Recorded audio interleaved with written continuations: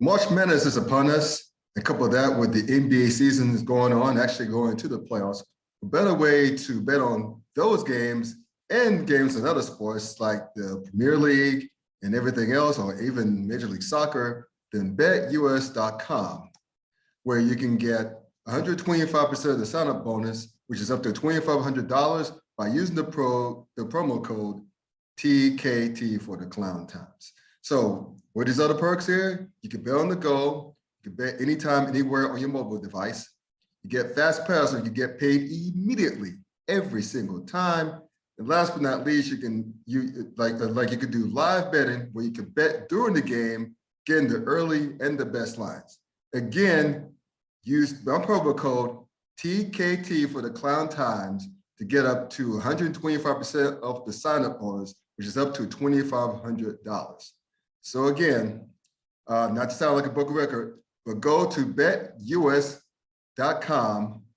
where the game begins. We'll get to the night's NBA playoff edition of the Klown Podcast. Let's go first. Hello. Please check me out at www.klowntimes.net. That's Klown with K, like see on this hat, which is backwards. And you can find me on Facebook as well. So where you're on your smartphone, laptop, desktop, wherever it may be, just type in the Klown Times. You find it there as well. And last but not least, please continue to like, comment, share, and subscribe. Very, very, very important. We're picking up, a few subscribers here and there, but just continue to do that because it will help our algorithms, right? Because the YouTube algorithm is real. So whatever you do, again, even if you don't like what we said, at least comment that shit out. We'll go back and forth with you. We'll probably have a petty back and forth, but it'll be a fun one nonetheless. But anyway, just do all that for brother, and all will be good. And one last thing, speaking of the website I told you about earlier, get the merch. Get that merch. CafePress.com. Please search for the Klown Times Sports, and that would be in the description once I upload this to YouTube. You find it there as well. And speaking of YouTube, here's my partner in crime back in the house. Y'all know him. Y'all know who he is. But anyway, in case you just tuned in for the first time, he pretty much writes for the Yard, such as HBCU Sports, writes about all things HBCU Sports, and who is an awesome follow on Twitter. So please check him out there. He's getting a lot of love on Twitter, so please check him out there. So what's your Twitter handle, bro? At the Yard HBCU. You can follow me on all forms of social media at that address. Cool. And also check out his great work on herosports.com, where we wrestle all things SCSS as it pertains to HBCU Sports. And one last thing, please check him out on Sleazy Sports. That's SLZE Radio on Facebook Live and on YouTube. So in case you forgot his name for other weeks, I forgot to mention his name earlier. It's Dwayne Nash. Doing all that good stuff. How you doing, bro? Man, I'm doing well, man. How about yourself? I'm feeling good, feeling fine, all that good stuff. Speaking of not so feeling fine, let's get the NBA playoffs when we talk about this one particular team. But basically, the series and the NBA playoffs have been great so far, right? Now, the funny thing is, though, in the West, all but one series are compelling. They're going to go at least 6 games. With the exception of Golden State, they're going to generally sweep Denver. I think they play tomorrow night. But the rest of the games tonight, the rest of the games, Utah, Dallas, Memphis, and Minnesota, which has turned out to be very competitive, by the way, as well as Phoenix and New Orleans, which is another shock. They're going to go at least 6 games. So they'll be excited. Meanwhile, to expose that with the East, it's pretty much over. Every series is pretty much over. Boston's beating the dog piss out of Brooklyn right now. They're beating them by 12 at the end of 3, 90-78. So that's probably going to be a sweep. There's Miami, Atlanta. That should have been a sweep if it wasn't for those last second heroics by the Hawks. What was that in game 3, right? Yeah. Yeah, in game 3. It should have been a sweep. But anyway, Miami's going to finish them off. I think they play tomorrow night. And Toronto and Philly. Now, Toronto is up 14 on Philly right now, 41-27. It's the middle of the second quarter. There's still a lot of time, but Toronto is showing some heart. So they may prove me wrong there. But I want to focus on Brooklyn and Boston. I could have sworn that was going to be the best series of all the playoffs. I had Boston going 7, full disclosure, right? And I was like, because there's no way that, I mean, in hell, Brooklyn was the favorite as the 7th seed to beat Boston. But Boston, man, they've come up with a great game plan to neutralize Kevin Durant. They're getting physical with them. They're getting help over the top because, let's face it, it's pretty much Keem, Kyrie, maybe Steph Curry, and a bunch of dudes. Right. So basically, you know, if this was like Golden State Kevin Durant with the Golden State Warriors, it would not be playing this type of defense against. Because if you doubled him, at least Steph and Clay wide open on the perimeter, good luck with that. But they only have pretty much that only dangerous three-point threat they have is Steph Curry. And I know Kyrie has a sweet jump. I know he can get his. I know he can hit three-point shots. But they're not really worried about it. It's all about stopping the neutrals Kevin Durant. Yeah. And which is why they're doing what they're doing. Yes. Which is exactly what they're doing. They know they don't have anyone in Brooklyn as of right now that has been an outside threat, so they can go ahead and double KD and allow everyone else to do what they do. And as we've seen throughout the series, it really hasn't been much. So why not double team them? Put the pressure on them. Why not? Right. And that's the thing. And, you know, but that goes back to one thing. One thing that Kyrie and KD thought that they didn't need, thought that wasn't important. Coaching. This is, I mean, I can't put, I forgot the brother's name, the coach of Boston. I don't want to butcher his name, but he's coaching circles around Steve Nash right now. Yeah. And, you know, Steve Nash has been nothing more than a mere cheerleader. Let's just be real about it. And, you know, but again, he was all but handpicked by Kevin Durant and Kyrie Irving. And remember they were in that podcast, KD and Kevin Durant, KD and Kyrie. They said that they don't want to, they want to do this new age of coaching, where it's more of a collaborative effort. Saying that Jacques Vaughn could coach the team, the head assistant. Which, yeah, that doesn't set them up for fair. Didn't Jacques Vaughn coach the Nets the one season, and they brought in Steve Nash to usurp him and make him the lead assistant? So they felt as though that Jacques Vaughn couldn't be the head coach, which is weird to me based upon what you're saying right now. Because if that is the case, if Jacques Vaughn is leading as an assistant, why not just keep him as the head coach? I mean, I don't get it. But again, we know those superstars were in this league, which may or may not change after the collective bargaining agreement in a couple of years. So, because the players have a lot of power right now. They do, right? But yes, this face probably says a whole lot because it does, right? Right. Speaking to my sister, who, if you haven't watched the show before, you know that I speak of her because she's a huge basketball fan, and she made a point to me this weekend, and I had to elaborate on that point, which is basically this era of super teams ain't working. No. And she was damn right? And I bring that up because, okay, this era of super team, and this is post Boston, right? Right. Hell, even that Boston team, but that Boston team was done different because they were built through trade. So I don't necessarily consider they weren't free agents. Correct. You're correct. They weren't free agents. No. Everyone got that via trade. Yeah. So if you have to give up assets in order to acquire players, I don't necessarily consider you will be a super team. It's when you and your buddies get on some sort of banana boat over the summer and say, hey, man, let's play together. And you guys conspire to make it so. That's when I consider you to be a super team in the NBA. If you look at it, dating back to when LeBron decided to go to the Miami Heat, you could say that that dates back to what was that, 2005, 2004? Something like that. That was during the Olympics.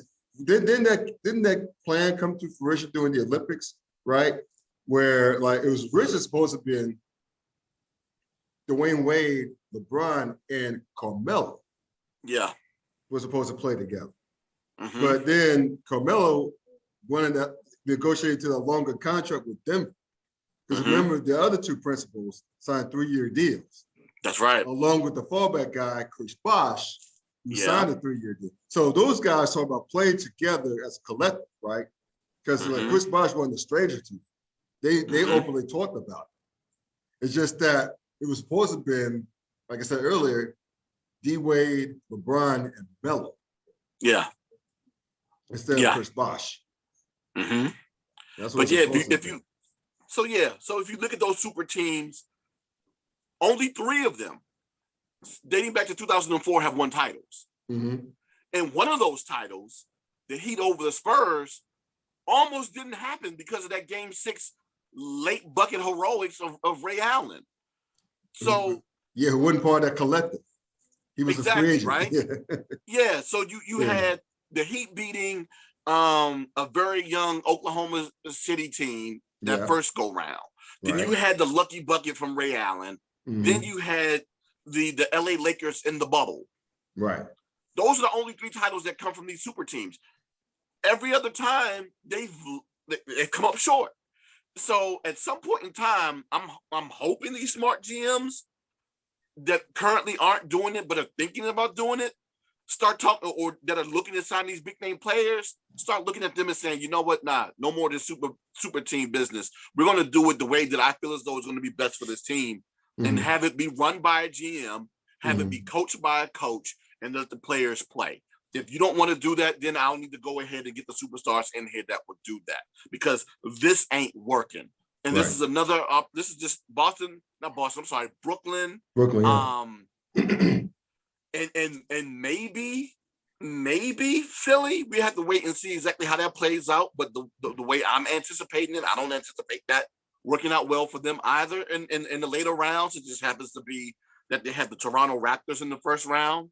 But they're gonna have the handfuls with Miami. You make a good point about that. Most definitely they don't want to. And they don't want to see Boston. God, no, they don't. They don't want to see Boston. Boston owns. No, and the head coach in Boston, Emike Udoka. Yes. So so you have the 1 and 2 seed in the East with a GM, with a head coach that do their jobs and let these players play with questionable guys who I guess wouldn't be considered to be top 10 guys in the league, but they have an entire team that plays extremely well. And they play defense too. Yeah. And going back to that Cleveland team, super teams over it, would you consider that Cleveland team that beat that rallied for 3-1 against Golden State? Wouldn't you consider that a super team, because that was LeBron, Kyrie, and Kevin Love? They drafted Kyrie, right? That's right, they did. Didn't they trade for Kevin Love? They did. They did. That's why I don't count them as one. Yeah, that's the only reason why I don't count them as one. Yes, they when LeBron left, they stunk. They drafted Kyrie, and then I think they traded to get Kev Love, and then of course LeBron decided to come home. Exactly, they did, and because LeBron wanted them there. So having said all of that, the super team business, once Boston just puts mercifully, the Nets making a game deal within 7 of them. But I was going to say, once they put the Nets out of their misery tonight, whether it's tonight or Tuesday or Wednesday, whatever the networks decide to spread this out. That just annoys me. But anyway, even though Steve Nash will probably be the fall guy of this. Yeah, he will. I think you have to take a look at, is it even worth it to bring back Kyrie Irving? I know the mayor did him a solid, sort of, when they lifted the COVID ban, right? The mask and the vaccination ban, all that stuff in New York City. I mean, if you're a teammate, well, first of all, it's two things. Well, we'll start with one on Kyrie Irving. If you're Kevin Durant, and I know Kyrie's your buddy, but if you're Kevin Durant and I would say the other teammates too, but I mean, let's be real. This is pretty much what Kevin Durant thinks does, right? And he earned that. If you're Kevin Durant, would you want to see your boy back after the season you went through that caused James Harden to put his way out of town on another team? But I mean, after you gutted out last year and the playoffs against the Milwaukee Bucks in 7, where you ran out of gas in overtime after your toe was on the line, the 3-point line that made the 2 that forced overtime instead of winning the ball game. James Harden giving his all on a bum hamstring.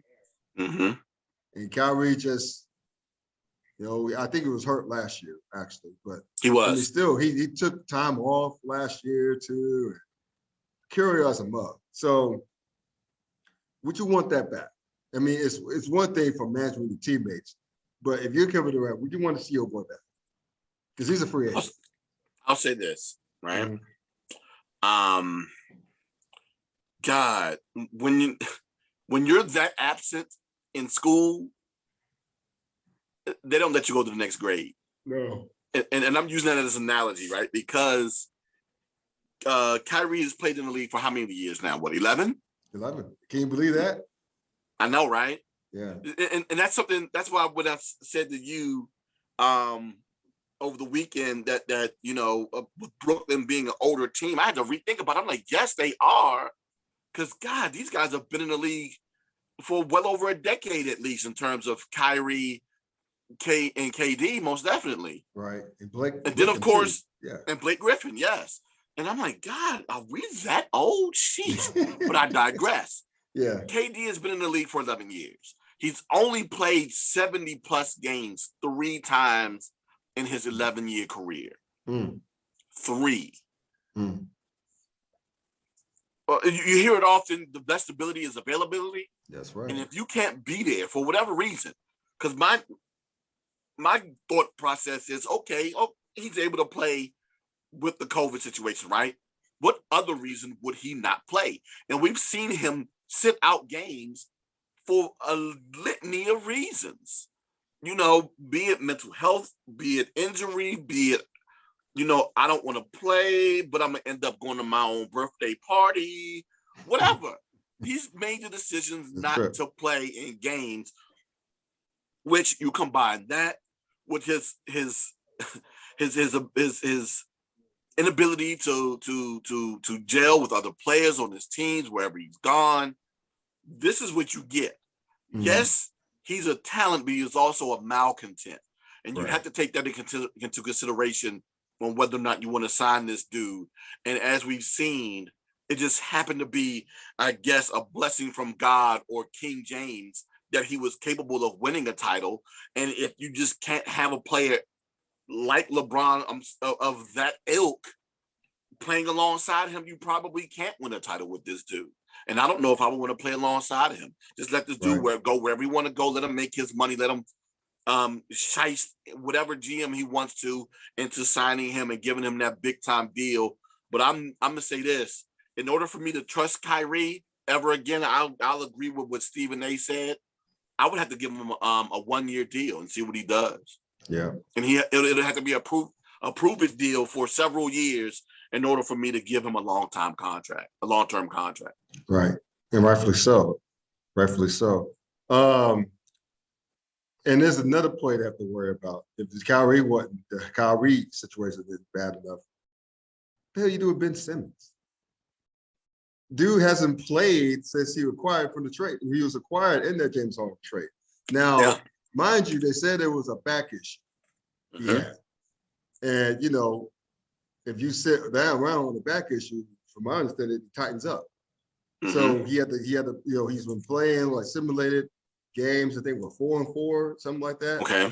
And he has experience pain-free action. However, he still says he can't go. So they said it's a mental thing. He's claimed mental illness. Okay, before I go forward,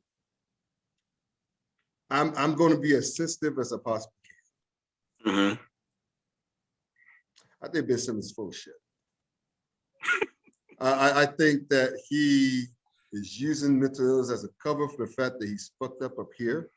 But, Mhm. but I mean, which, obviously, some people are characterized mental illness. Well, what I mean by that is I think his confidence is gone.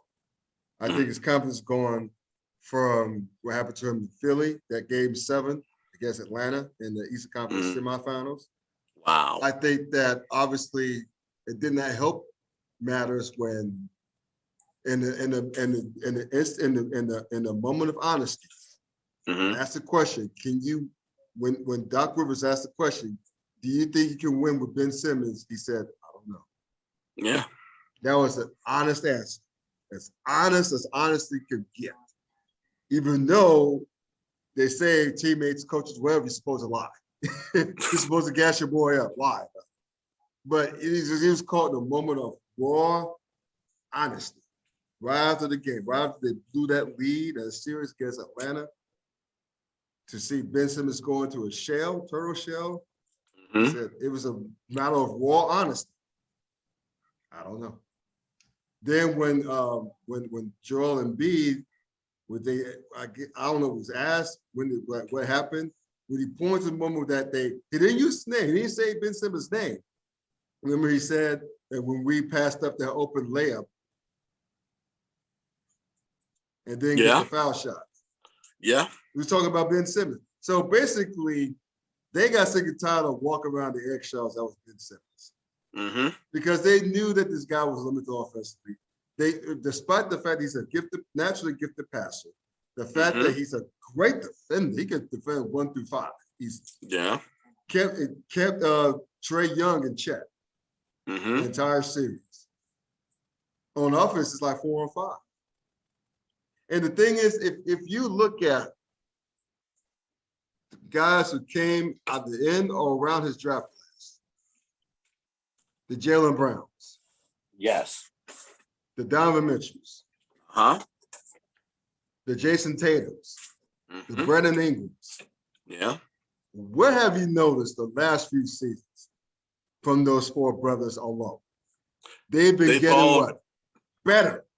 They've been getting most definitely better. Because they work. They work in the offseason. They go in the lab. They improve on their game. Now you're seeing Boston has legit 2 dudes who's on the verge of superstar. Yeah. And they don't step on each other's toes. Nope. And you got Brandon Ingram who's balling like a bug in New Orleans. He's getting Phoenix fits. Yeah. Oh, yeah. Aren't the Lakers mad about that right now? You think? Thank you very much, LeBron, for making the trade, GM. Oh, I'm sorry, that should be Malinka, right? I'm sorry, Pelinka, right? Yeah. Instead of anyway. Well, we know. We know the truth though. Yeah. Wink, wink. But the fact of the matter is, you see how much better this. And I mentioned Donovan Mitchell earlier. That's because they put in the work in the offseason.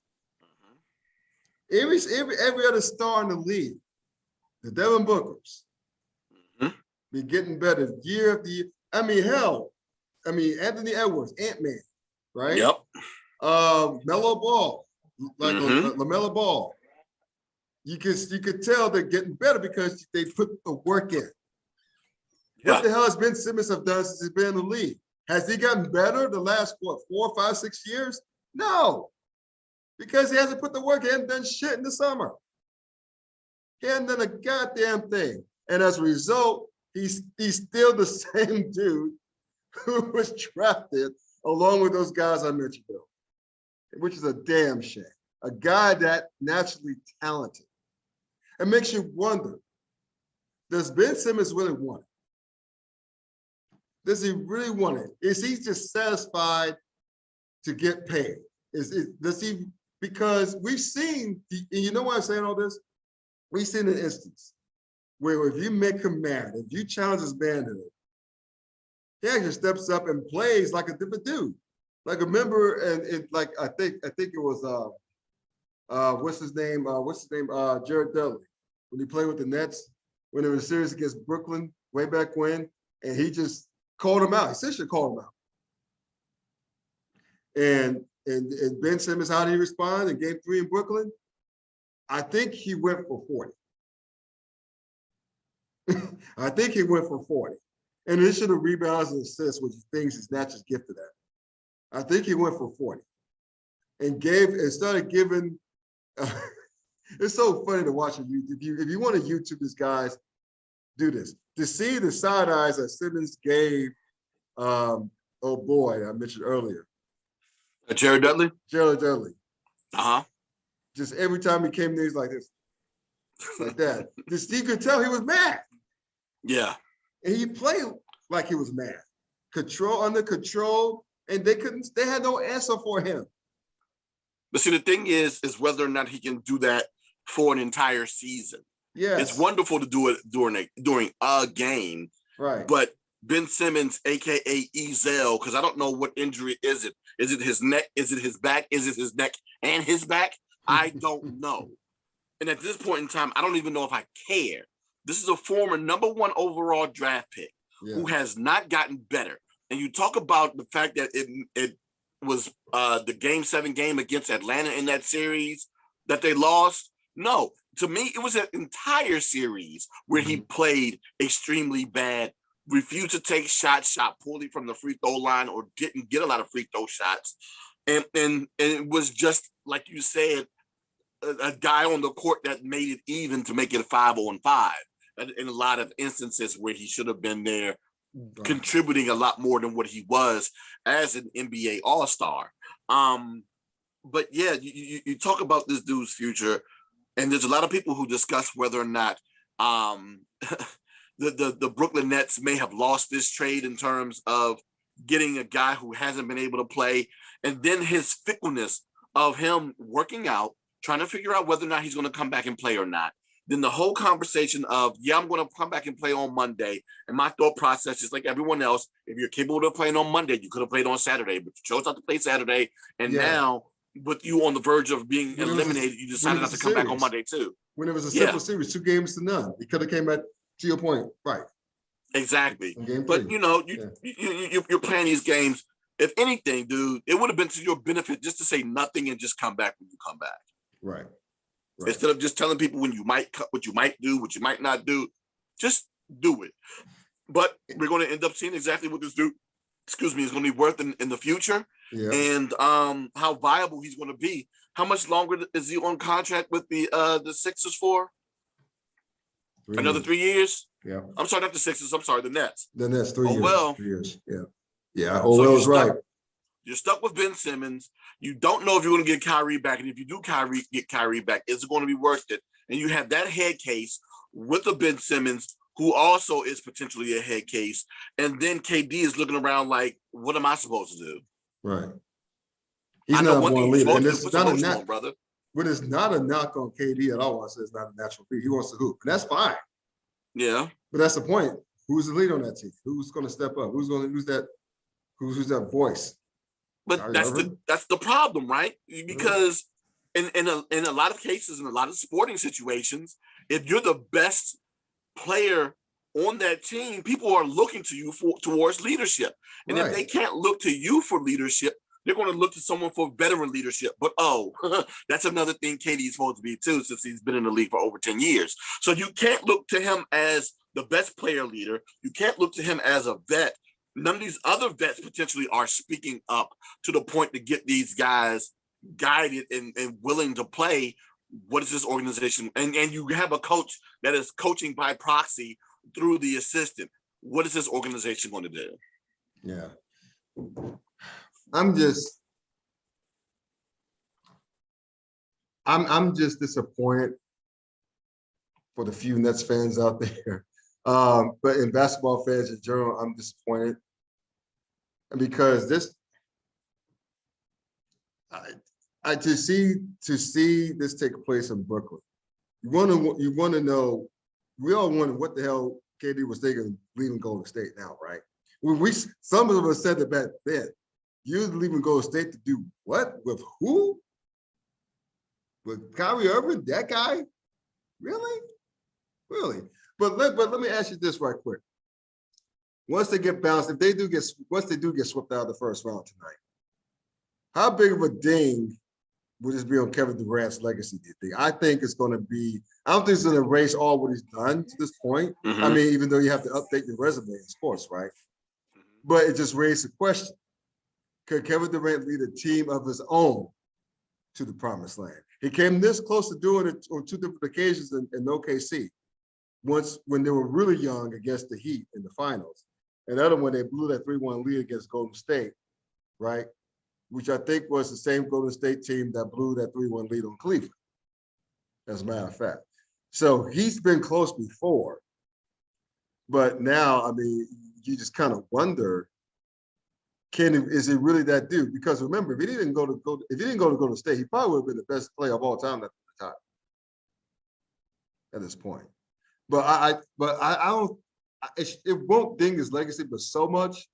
But people are gonna start looking at him like question him like, damn, was really that dude after all? Like in terms of leading his own team to the finals? Because let's make no mistake, that Golden State team in his own, that was Steph Curry's team. Yeah, they're already established.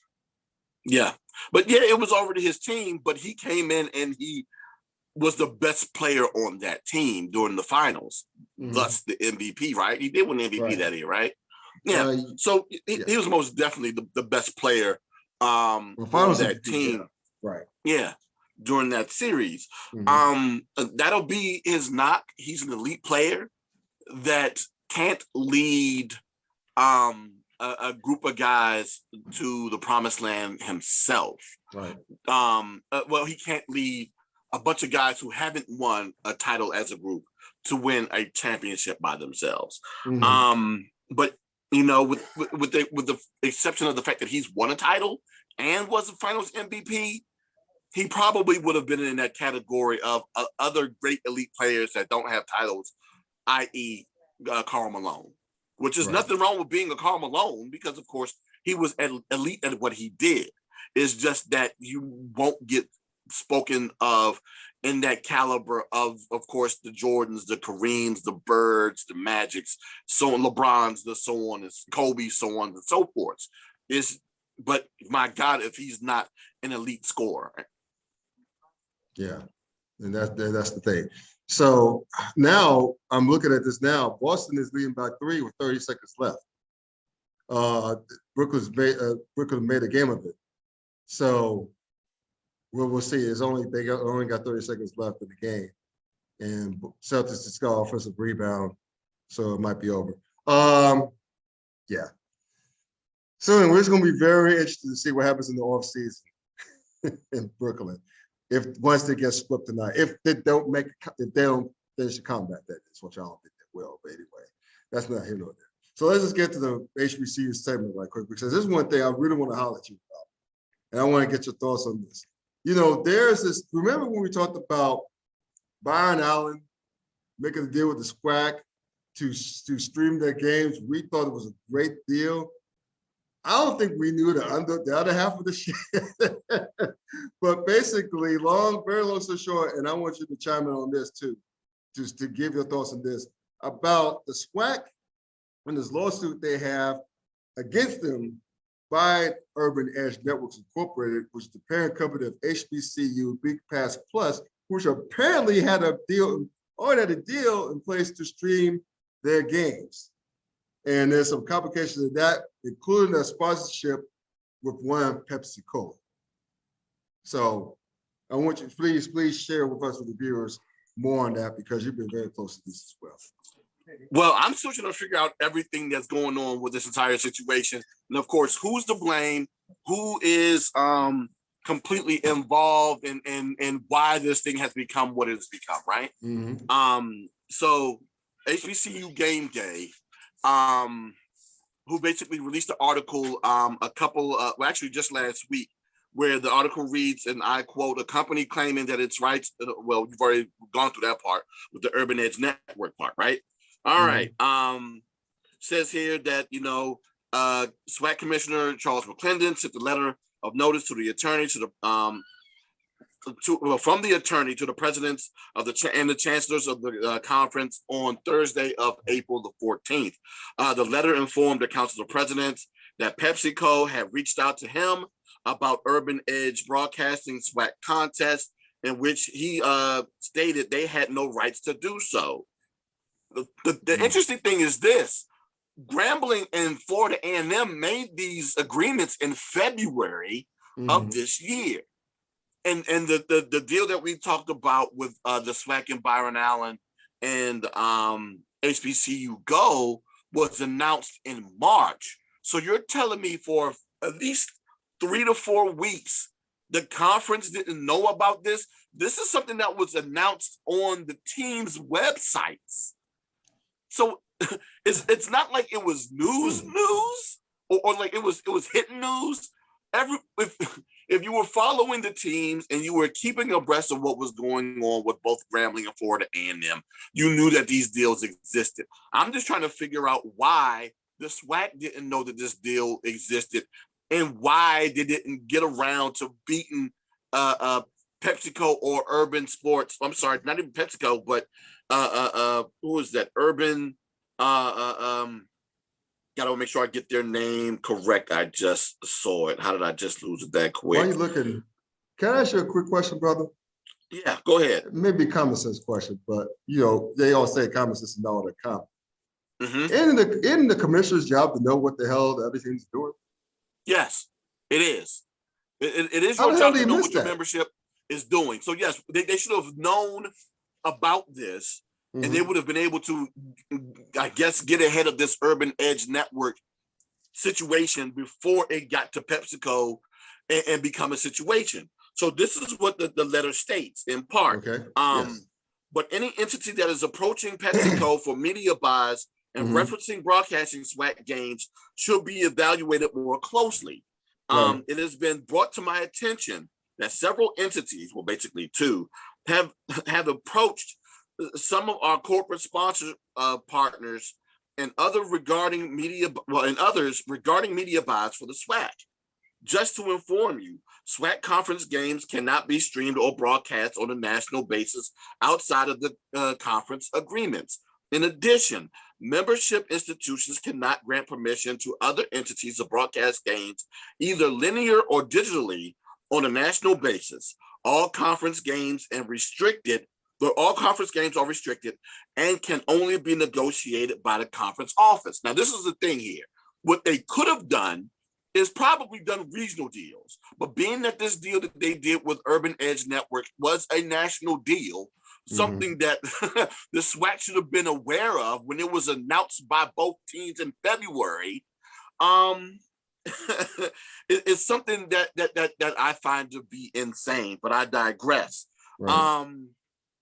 So the article continues on. McClellan expressed concerns that the issue could jeopardize the league's relationship with PepsiCo, who the league is renegotiating with the potential 8-figure payments. So that's at least $10 million. He stated it poses a potentially big threat to the league's negotiations with Byron Allen Media Group as well, who is of course with HBCU Go for secondary broadcast rights.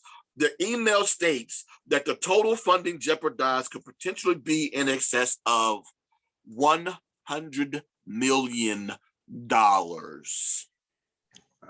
Yeah. So that's a combination of them losing out with both PepsiCo and with Byron Allen and HBCU Go.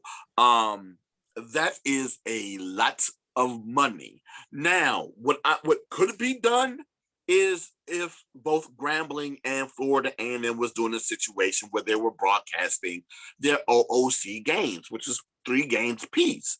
But from my understanding, it's not just the football games. It's I think everything else as well. But even if it was the football stuff, I'm still trying to understand how is it that these deals were done and the SWAC front office did not know about this. That's incompetent. That's incompetent on so many levels, but go ahead. I know, right? And I'm still trying to wrap my head around all of this stuff. But to make the situation even more spicier, Florida A&M's athletics director, Courtney Gaucher, resigned last week. Now, this is the same athletics director that was responsible for the renovations to Bragg Stadium. Yeah. The Great job with that. Great job. Yes. The deal with LeBron James and his company and aspect of Nike. Them moving from the MEAC over to the SWAC. And a plethora of other positive things that have happened there at Florida A&M. But this is where it boggles my mind, right? So this is the 9th Division I HBCU athletics director to resign in the past calendar year. The 9th. And hell, this will be Florida whoever the new athletics director is going to be, it's going to be their 10th new athletics director dating back to 2009. Their 10th. 10th in 13 years. That's crazy. Yes. So I don't know what's going on at Grambling. I don't know why they can't seem to have stability there within their front office. Yo, it's all, and there are a lot of people who believe that what's going on with the SWAC and this potential lawsuit is attached to Gaucher leaving. I don't know if it's necessarily true or not. I'm not going to go ahead and say that it is. It's all allegation. It's all thoughts on why this is. But I will say this. This is another great mind that goes along with the minds of Lynn Thompson, Jennifer Williams, that were all at HBCUs as part of that grouping of 9 athletics directors that have resigned in the past calendar year that we no longer have anymore. And I'm hoping that this new crop of athletics directors and this new crop of leadership can get this thing resolved and get this thing situated, because it's well, first and foremost, it's not just SWAC teams, it's also MEAC too that are going through their issues. Because I'm trying to remember, did I announce last week that Howard is moving over to the CAA? Yeah, we talked about Okay, I just wanted to make sure I did that too. So with them losing teams, with the SWAC dealing with legal issues in an era in which HBCUs has been moving to the forefront, and you can't get stability and you can't get stability at leadership, and you can't get stability and competency at leadership. That is a problem. Yeah. And it is a huge problem. Now, with all this shit that's going on, just to tell your God, right, and predict the future, or it's clear, can see the future, for those you don't know. What is going to happen from this as a result of this lawsuit? How do you see this getting resolved, if there's any path to any type of resolve going on? Well, my guess is with Gaucher now no longer there, that that Florida A&M and the SWAC will probably do whatever they can to make sure that this deal gets done. So, in matter of fact, it's kind of ironic because the Grambling athletics director is also another one of those athletics directors that is a new hire within the past year too. So there's going to be some stuff. I'm not going to say that he's going to get fired, but there has to be some stuff done where the SWAC cannot lose this $100 million bag. Right. So whatever they got to do in order to get it right. But how did they not know? I'm sorry to keep cutting you off, brother, but how does leadership not know what Grambling family did the month prior to this HBCU Week Pass thing? How did they not know that? No, the HBCU Week Pass is through Urban Edge Networks. Yeah, right. You know, the Byron Allen is the HBCU Go deal. Yeah, so that was announced, like I said, about a little or close to a month after those other deals were announced. And so that's why I'm like, how did they not know? How did SWAC leadership not know that? I don't know. I really don't know. How did they not know that? That's Klown show shit right there. It is. I don't understand how the mind does not know what the arm is doing. I really don't know. That's Oh like how my God. both arms are doing. I really don't get it. It like I said, man, it boggles my mind. What I'm not going to do is play conspiracy theorist Oh and no. try to read the tea leaves and try to be Ace Ventura, Pet Detective, and find out exactly what what's what could have been done, what led to this. All I know is this was done. This is what's done. Mhm. This is where we are now. What's going to be the resolution? If they can't get a resolution and they lose out on this $100,000 deal, both with PepsiCo and with Yeah. Byron Allen and HBCU Go, Yeah. it's going to be a mess. That's the best I How can do put it. It's going to be you a fuck mess. up $100 million? How do you do that? I mean, man, look, to your point, I'm not trying to belabor this shit, because I know you got some other stuff to talk about as far as the positive goings on at HBCU Sports, World HBCU Sports.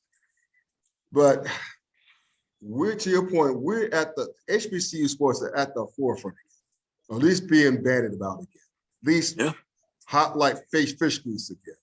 Yeah. Jackson State had his spring game. Travis Hunter was balling out of his mind. Makes you, everyone saw why Travis Hunter was thought to be the top prospect of all high school sports. I still say it's practice, but it is what it is. People got excited. Yeah, but still, we wait till we see them in week one. We'll see how that plays. But the point is, the excitement. Coach Prime had over 30,000 in the stands to watch the spring game. Watch the spring game, yeah. ESPN, that's, I mean, we know Coach Prime is a unicorn in and of itself, but for an HBCU, to have that much and to be broadcast on the family ESPN networks, come on, So you got that going on. As the backdrop, you got FAMU doing stuff off the field, positive stuff as they're scrambling. All those good vibes. And it's simple at the head of the organization not knowing what the fuck is going on among his lieutenants. It's going to possibly lead to a fumble of $100 million bag. It's an excuse. I'm gonna go and say it. It's an excuse. If you're the commissioner of a damn conference, you should know what the hell is going on. That's inexcusable. I don't know what the hell he was thinking and cutting this deal with this other broadcasting company when people on social media outside of the fan bases and alumni basis of Grambling and FAMU will talk about the deals being made with Byron Allen's company in HBCU Go, how big of a deal that was. If we knew about it, how the hell does the head of the fucking conference not know about it? It's clown show shit. And it's disappointing as fuck because, again, this is our world, man. That's HBCU Sports. You know what's worse though? It's not just the fact that the commissioner didn't know. I'm not gonna call it worse, but it's equally as bad. When the rest of the conference should have been aware that we're in the process of negotiating this deal with Byron Allen and HBCU Go. This is what's going on. Somebody should have spoke up and said, "Hey, we got this Urban Edge deal right now, and y'all might want to go ahead and try to figure out how this is going to work out." Because as much as I want the SWAC to win, God, I know this is going to sound contradictory, and the fans are going to be like, "This don't make no sense." But I'm not anti schools negotiating their own deals. The only time it becomes a problem is when it's something like this, where the entire conference is looking to negotiate an entire package of all sports to be broadcasted. Now, my guess is that that's what both Florida A&M and Grambling was looking to do as well with Urban Edge Network. But my God, no one is talking to anyone to make sure that this type of situation doesn't happen. $100 million? Dude, I can't remember a time when an HBCU conference was in negotiations of having a contract of 9 figures. I know. And now they're about to fumble this bag, dude. This is insane. Unbelievable. So we're gonna keep an eye on this. Maybe, just maybe, in a few weeks when we have our roundtable, hopefully, it's probably going to be. I don't think it's going to be resolved anytime soon. To be honest, talk about a lawsuit like this with so many layers, with $100 million on the line. This ain't going to be like have a quick meeting on Teams or Zoom, figure this out. This is going to be a long process. Over 15 minutes. Yeah. Right. Okay, break. Because you already have the agreement with the 2 institutions and with Urban Edge Network, who by the SWAC letting it be known exactly how much money they're about to miss out on. They're like, dude, we're not going to just easily just relinquish this. We're going to want to cut too now since we already have an agreement. Right. So I'm trying to figure out exactly who is going to come in. My God, this sounds it sounds a little bit like what University of Texas did, but this was before the SEC got their network though. So Texas already had their deal. The Longhorn Network, the Longhorn Network, and then the SEC would eventually get their network. But this is something that's happening simultaneously. Yeah. I don't understand it. I don't. I really don't. Well, it's something to keep an eye on. Again, this to possibly form $100 million bag. As I said it once before, said it many times before, this is clown shit right here. Yeah. It really is. All right. So what other great happened? That wasn't a great happen, but I know there's some other positive things going on. So please let there be some positive news to close out this HBCU Sports set. Oh yeah, just some short spiels here. Congratulations to Coach Omar Jackson of Jackson State. He's the head baseball coach over there in Jackson, Mississippi. He won his 500th game. He's coached his 500 career win over this past weekend. And Brandon Hickland, my God, I can't get enough of talking about North Carolina A&T track and field. Brandon Hickland, the long jumper for North Carolina A&T, not only did his personal best, but set a nation's best jump of 25 feet, 11 and a half inches at the Aggie Classic track meet this past weekend in Greensboro, North Carolina. So you have another Aggie that is #1 in the nation at his respective event. Awesome. So yes, after they finished 3rd in the indoor track and field championships, based upon what I've seen this spring, they're looking very hungry. My hope is that they can carry this momentum over into June in Oregon for the national championship, so they can go compete once again for a national championship. Yeah, I'm sorry, they finished 2nd. They were runners up during the spring. They finished 3rd in the summer of last year. Make sure I get that corrected. Yeah. Get it right, son. All this tomfoolery going on with the SWAC, but all right, man. At least that's some positive news, right? Of course. Oh yeah. At least that's a positive. So anyway, that's not here nor there. All right, man. Oh, and real quick. Yes. I gotta address a new old beef. Yeah. Shout out to Bomani Jones. At least he was willing to correspond with me and go back and forth with me. I don't mind having a disagreement with anyone. And I will say this, it did get a little contemptuous on both ends. Yeah. And we did apologize to one another. So shout out to him for even taking the time to even correspond and talk to me and go back and forth with me, because he didn't have to do that. Right. Again, I told him, and I'll say it again on this show, there are a lot of things that I do agree with what he said. Most definitely, I agree that what's best for the students should be #1 for HBCUs. But I still believe that what is best, well, in terms of deciding on where students go, it should be based upon where the student feels is best for them. And if they feel as though they're going to an HBCU where they can learn not only about their culture, but not be the Black student when they go someplace else, should be an option for them. Now, one thing that I do agree with that he did bring up to me, which was basically where are the HBCUs going to get their monies from to go out and recruit these students? My thought process is this: they shouldn't, unless they have the budgets to do so, they shouldn't be taking monies from other places to go out there and recruit these kids.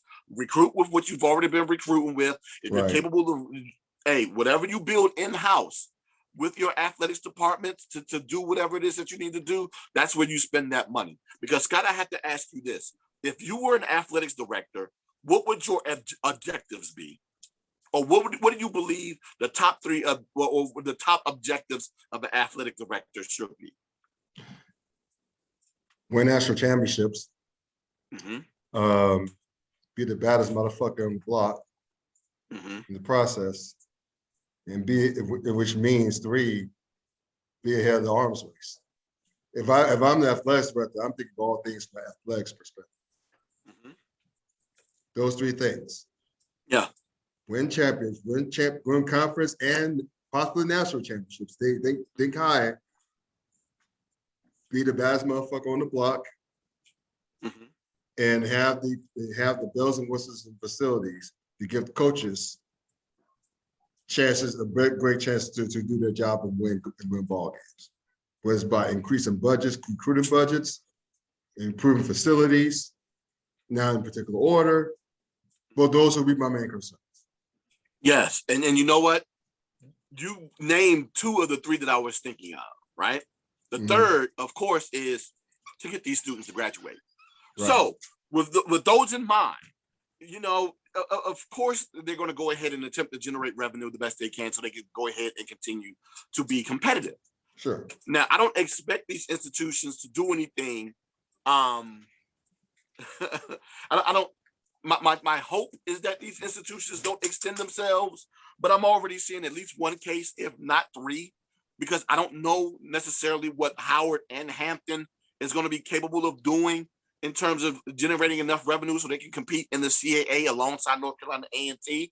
But I've already expressed many a time that I have concerns about A&T moving over to the CAA and not being able to fiscally compete, right, which means that they will have issues competing on the field.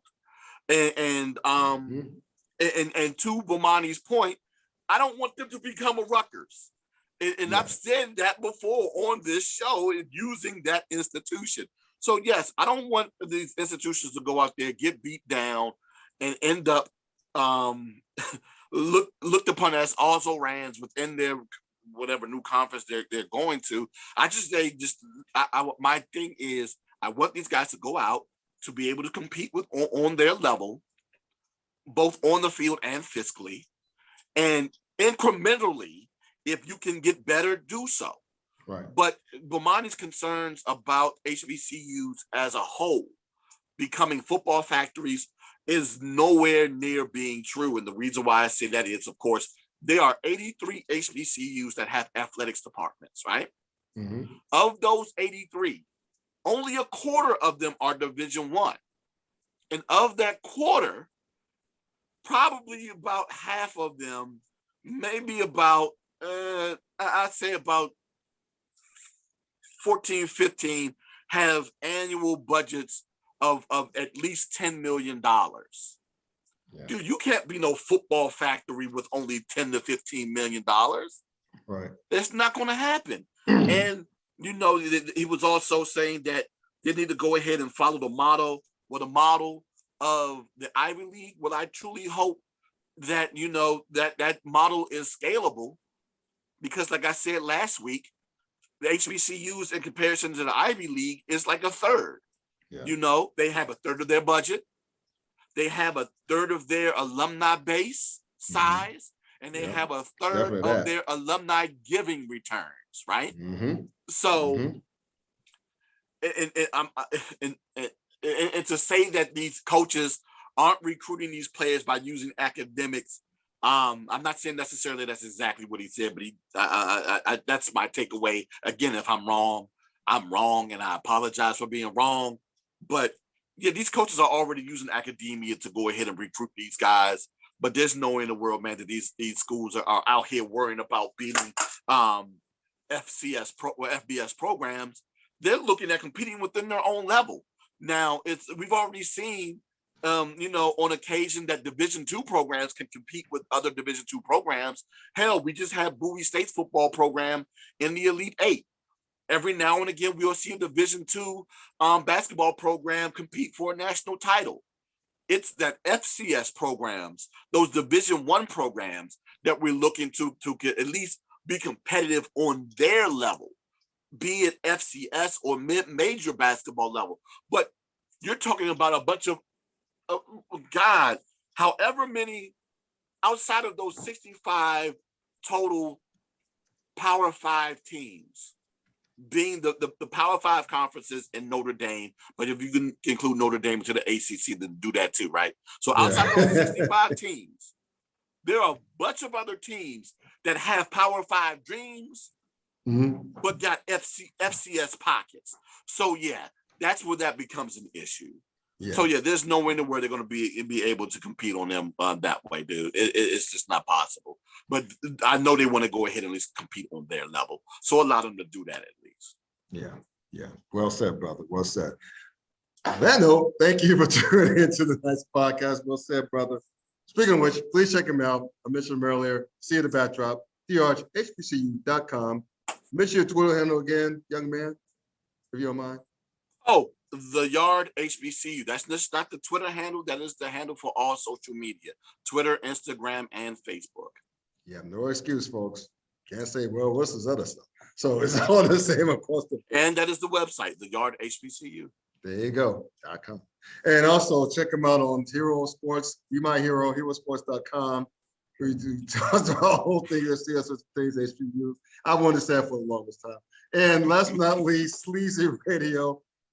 Every Tuesday night on Facebook Live and on YouTube.